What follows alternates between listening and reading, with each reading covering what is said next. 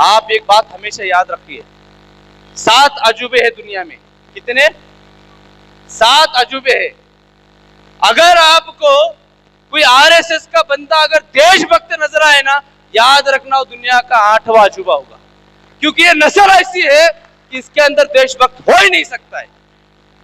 कि देशभक्ति तो हमारे अंदर है, क्योंकि हमारे उलमाओं ने जो है ना, तकरीबन 30 से 40 हजार उलमाओं ने ब्रिटिशों के खिलाफ लड़ते लड़ते फांसी पे सूली पे चढ़े हुए।